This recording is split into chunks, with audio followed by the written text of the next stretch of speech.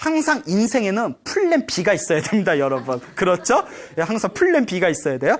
자, 그래서 2단계 작전에 돌입합니다. 부처님의 규칙은 다음과 같습니다. 신도들에게 공양을 얻어먹고 난 뒤에는 그 신도를 위해서 반드시 법문을 해줘야 됩니다. 좋은 설법을 해줘야 돼요. 이게 부처님의 규칙입니다. 그때 이 8명의 아낙네들이 부처님께 다음과 같이 부탁을 올립니다. 거룩하신 세존이시여, 저희가 공양을 올렸으니 설법을 듣고 싶습니다. 그런데 누구에게 듣고 싶습니다? 마하깔라 스님에게 설법을 듣고 싶습니다.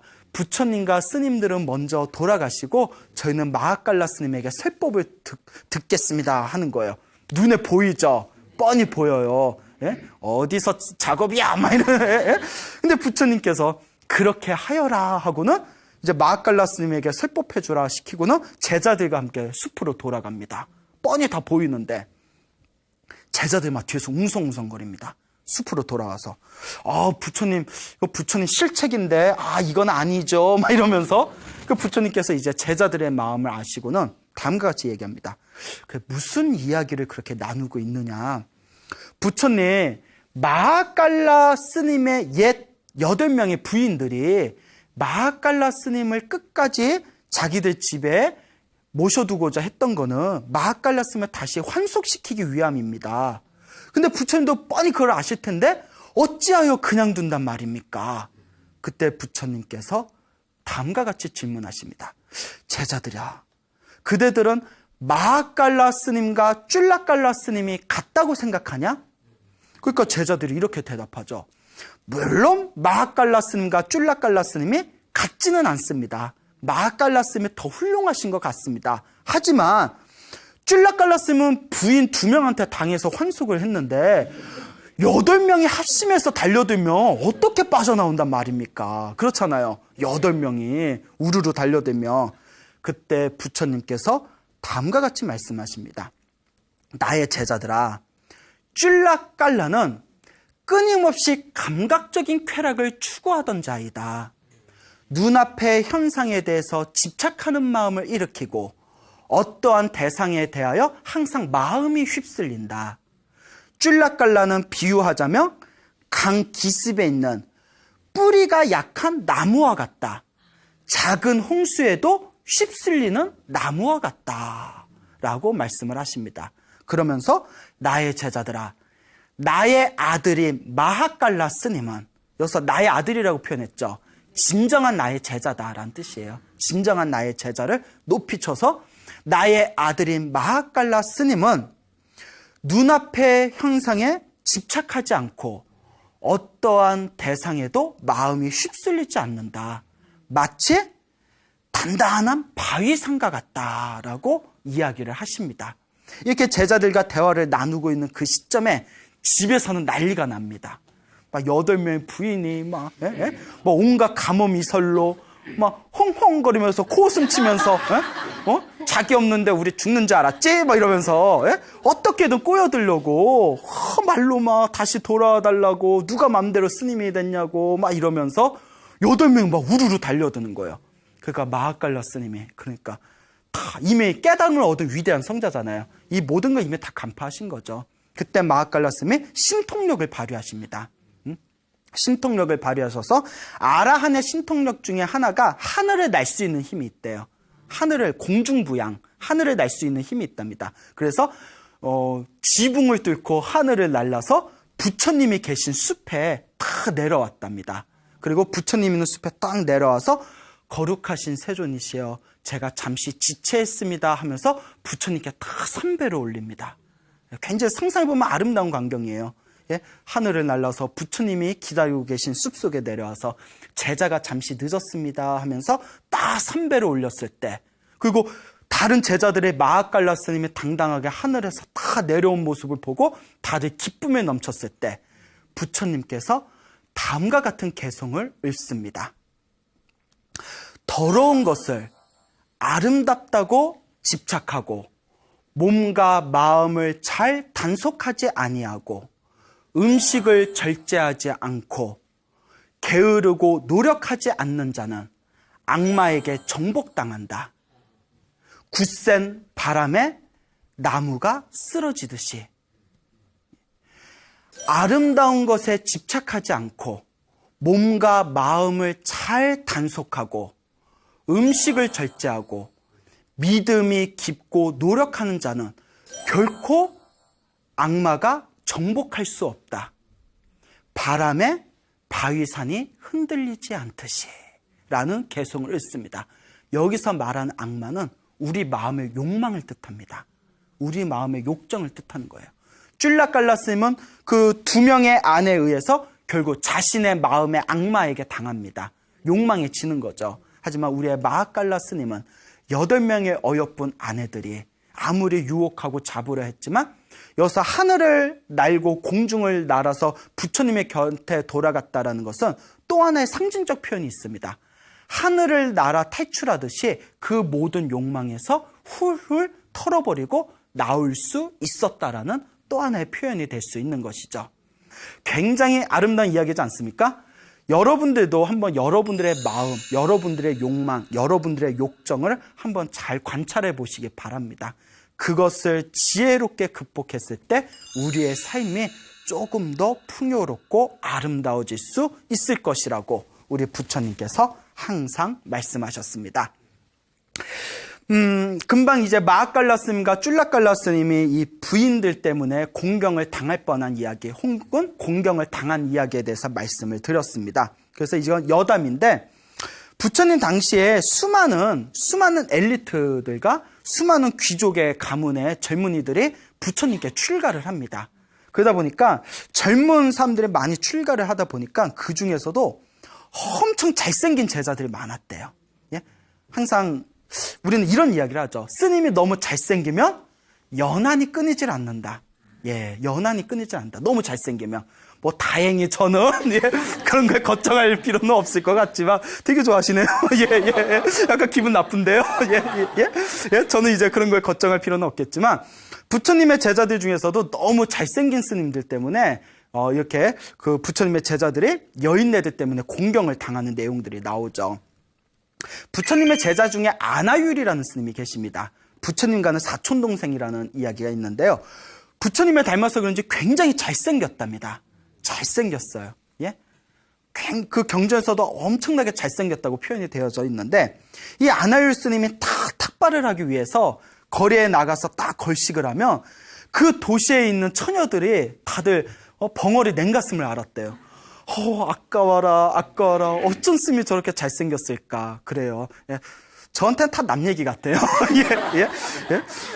그래서 어쨌거나 이 아나율 스님이 하루는 이제 탁발을 나가는데 되게 늦은 밤이었답니다. 사원으로 돌아가기가 어려워서 어느 신도집에 머무르려고 어느 여인네의 집에 찾아갑니다.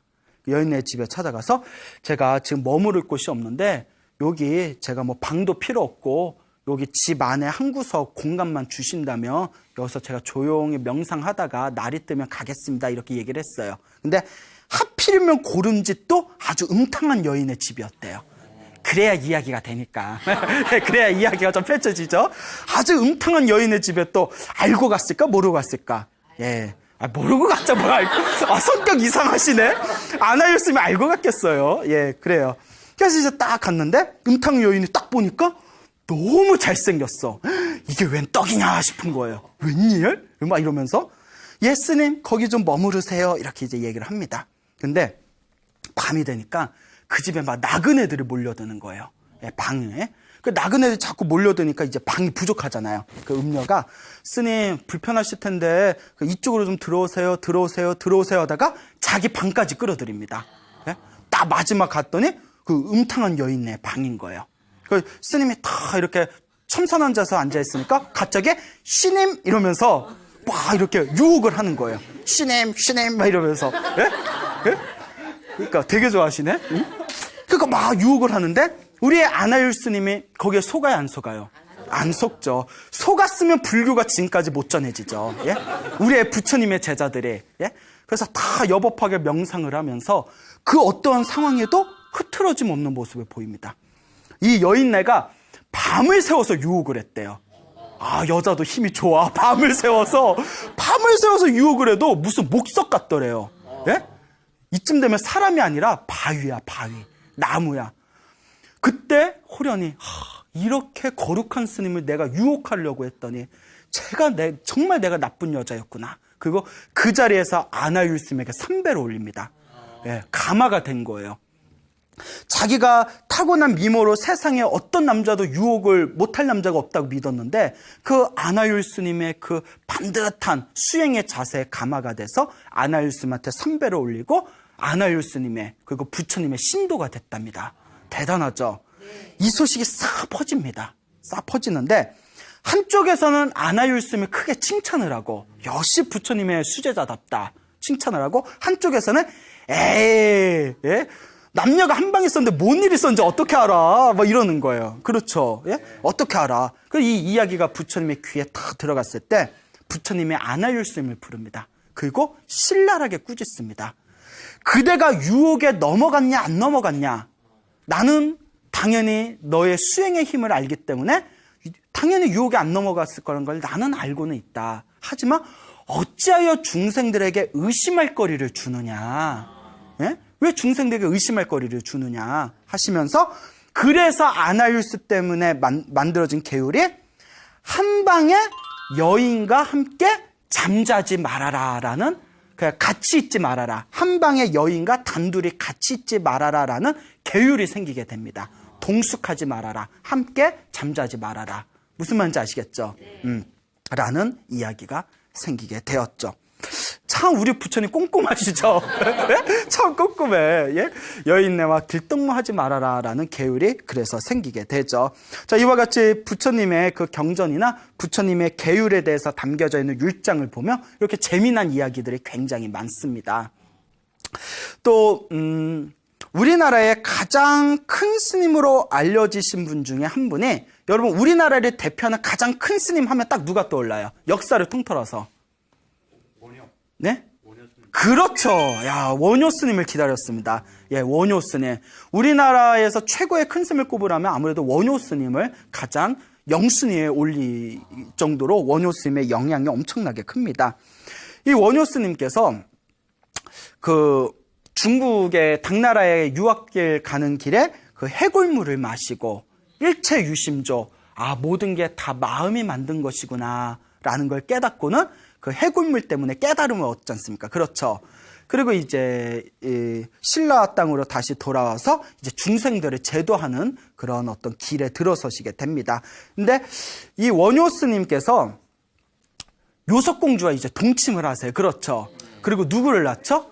설총을 낳습니다. 근데 이제 우리 불교계에서는 그렇게 가르칩니다. 원효 스님이 요석공주와 동침을 해서 설총을 낳은 게 중생의 어떤 욕정에 의해서 한 게 아니라 원효 스님이 미래를 생각하고 당신이 만들어 놓은 당신의 어떤 거대한 계획이었다. 뭔가 깊은 뜻이 있어서 그런 거다라고 이제 옛날부터 우리 불교의 선지식들은 원효 스님이 절대 욕망에 휩쓸려서 그런 짓을 한 게 아니다. 이렇게 말씀을 하시죠. 그래서 원효 스님은 스스로 파괴를 한 뒤에 나는 파괴를 했으니 스님이 아닙니다 해서 스스로를 복성거사 혹은 소성거사라고 불렀어요. 스스로를 거사라고 불렀습니다. 그러니까 엄밀히 따지면 우리가 원효 스님이라고 하면 안 돼요. 뭔지 알죠? 스스로 파괴를 하고 거사라고 칭했기 때문에. 그런데 그분의 살아온 삶이 너무나 거룩하고 우리 불법을 세상에 널리 알리는 큰 공헌을 했기 때문에 엄밀히 말하면 스님이라고 붙일 수는 없지만 정말 스님 같은 삶을 사셨다 해서 우리가 예의상 뭐라고 붙인다? 스님이라다, 원효 스님이다 라고 하지만 엄밀히 말하면 스님이라고 붙이면 안 된다고 합니다. 대신 뭐라고 해야 되냐면 원효 보살이라고 불러야 됩니다. 뭐 관세음 보살, 문수 보살처럼 원효 보살. 보살이라는 말에는 출가자와 제가자를 다 통틀어서 쓸 수 있는 표현이거든요. 그러니까 그냥 상식 삼아서 알아두면 되겠죠. 이 원효 스님이 그렇게 이제 설총을 낳은 뒤에 이제 저 어느 산 중에 깊이 들어가서 초막을 하나 지어놓고 거기서 맹렬하게 수행을 시작합니다. 다시 이제 스스로 내공을 채우는 깊은 수행을 닦게 되는데 하루는 폭우가 막 쏟아지는 날에 이렇게 이제 수행 참선을 하고 있는데 똑똑똑 하는 소리가 들려요. 웬 여인네가 스님 문 좀 열어주세요 이러는 거예요. 그 스님이 놀라가지고 우리 같으면 뭐야 이랬을 텐데 그 문을 여니까 웬 또 여자도 예뻐, 예? 아리따운 여인네가 또 비가 왔잖아. 옷이 우와 그냥 쫙 붙어가지고 스님 길 가는 여인네인데 길을 잃어서 비를 맞았습니다. 밤이 늦었으니 저 좀 재워주십시오 이러는 거예요. 그 스님이 어떻게 해요? 혼자 사는 스님이지만 자비심으로 그러면 들어오시죠 하고 이제 방으로 안내를 해요. 그 이제 불을 피워줘서 몸을 좀 말리시죠 이러고 원효 스님 딱 벽을 보고 앉아 있는데 자꾸 이 여인네가 자꾸 막 앓는 소리를 하는 거예요. 막 신음소리를 내면서 스님 비를 너무 맞았더니 몸에 냉기가 들었나 봅니다. 이러다 저 큰일 나겠습니다. 저 몸 좀 주물러 주십시오 이러는 거예요. 헐 뭐야? 에? 기가 막혀. 스님한테. 그래서 이제 원효 스님이 나는 출가자요. 출가전 절대 여인네의 몸에 손을 대지 않습니다. 스님은 자비심도 없습니까? 근데 다 죽게 생겼는데 사람이 죽게 생겼는데 예? 스님의 본분은 자비 아닙니까? 그 원효 스님이 또 말은 잘하네? 예? 말은 잘해. 그 자비심 그러네? 그러면 내가 좀 주물러 주겠어. 이제 그러니까 꼼지락꼼지락 주물러 주는데 이 여인네가 얼굴에 철판을 깔아가지고 여기도 주물러 주세요. 저기도 주물러 주세요. 그 온몸을 다 주물러 주세요 이러는 거예요. 그 원효 스님이 계속 주물렀어요. 계속 하염없이. 그리고 날이 샜대요. 날이 샜는데 더 무서운 게 아무 일도 없었대. 예? 그게 더 이상해. 아무 일도 없었어 둘이. 예? 원효 스님이니까 아무 일도 없었어. 근데 이제 손가락은 아프겠죠. 하루 종일 주물러줬으니까. 예? 예? 그 일당으로 치면 얼마야 안마비. 응? 원효 스님이 이제 내가 이상한 여자 만나가지고 내가 다 죽게 생겼네 이래가지고 이제 내가 몸이 다 말랐고 해도 떴으니까 이제 가시오 해서 자기는 이제 너무 더워가지고 그 다 폭포수에 나와서 폭포수에서 다 폭포를 맞으면서 계곡물에 이제 몸을 씻고 있었대요. 근데 여인네가 가란 데나 집은 안 가고 갑자기 딱 나타나더니 스님 물이 어쩜 이렇게 맑아요 하면서 저도 같이 씻어요 하면서 옷을 훌러덩 벗더니 야 리액션 좋아. 이런 얘기 좋아하는구나. 옷을 훌러덩 벗더니 계곡물에 풍덩하고 들어오더래요. 같이 씻자고. 원효 스님이 다 보는 거예요. 응? 그러더니 다음과 같은 개성을 씁니다. 심생즉 종종 법생 심멸즉 종종 법멸이라. 마음이 일어나니 갖가지 모든 현상이 일어나고 마음이 사라지니 갖가지 모든 현상이 사라진다네. 마음 따라 현상이 일어나고 마음 따라 현상이 사라지는구나 하고 개성을 읊으면서 나는 모든 욕망에 더 이상 걸림이 없구나. 내 마음은 자유자재하도다라고 한마디를 다 내뱉었대요. 그때 여인이 다 미소를 지으면서 번쩍하더니 관세음보살로 변하더래요. 그 관세음보살님이 다 미소를 짓더니 호련히 사라지더래요. 그때 원효 스님이 딱 머리에 번쩍하면서 관세음보살이 나를 시험해보러 왔구나. 내 수행이 어떤가 시험해보러 왔구나. 야, 누구는 관세음보살 얼굴 한번 보기도 힘든데 하루 종일 관세음보살 주물렀으니 야, 그것도 진짜 성은을 입었네. 그리고 마음에 느낀 바가 있어서 관세음보살을 만났던 그 움막에다 절을 짓습니다. 절을 짓고 그 절에다 이름을 붙입니다. 내 마음의 욕망에 걸림없이 자유자재했다 해서 절 이름을 자재암이라고 짓습니다. 그게 저 유명한 소요산 자재암이에요. 아시겠죠? 네. 예, 바로 이와 같습니다. 여러분, 우리가 살다 보면 여러 가지 역경이 생길 수도 있고 여러 가지 유혹이나 욕망이 흔들릴 때가 있을 수가 있습니다. 여러분, 아까 말씀드린 마하칼라 스님과 아나율 스님과 우리 한국의 성자이신 원효 스님의 이야기를 통해서 여러분들도 다 내가 만든, 마음이 만든 환상이구나 라는 마음으로 열심히 기도하시고 복을 지어서 여러분들의 운명을 아름답게 바꿔나가시기를 바랍니다. 마음의 환상에 속지 않으면 우리는 진정한 자유를 얻게 될 것입니다. 여러분, 행복해지고 싶습니까? 네. 행복한 삶을 창조하고 싶습니까? 네. 복을 지으십시오. 선업을 지으십시오. 공덕을 쌓으십시오. 복과 선업과 공덕의 힘이 여러분들을 진정한 행복의 길로 이끌어 줄 것입니다. 오늘 여기서 마치겠습니다. 소중한 나 무한 행복.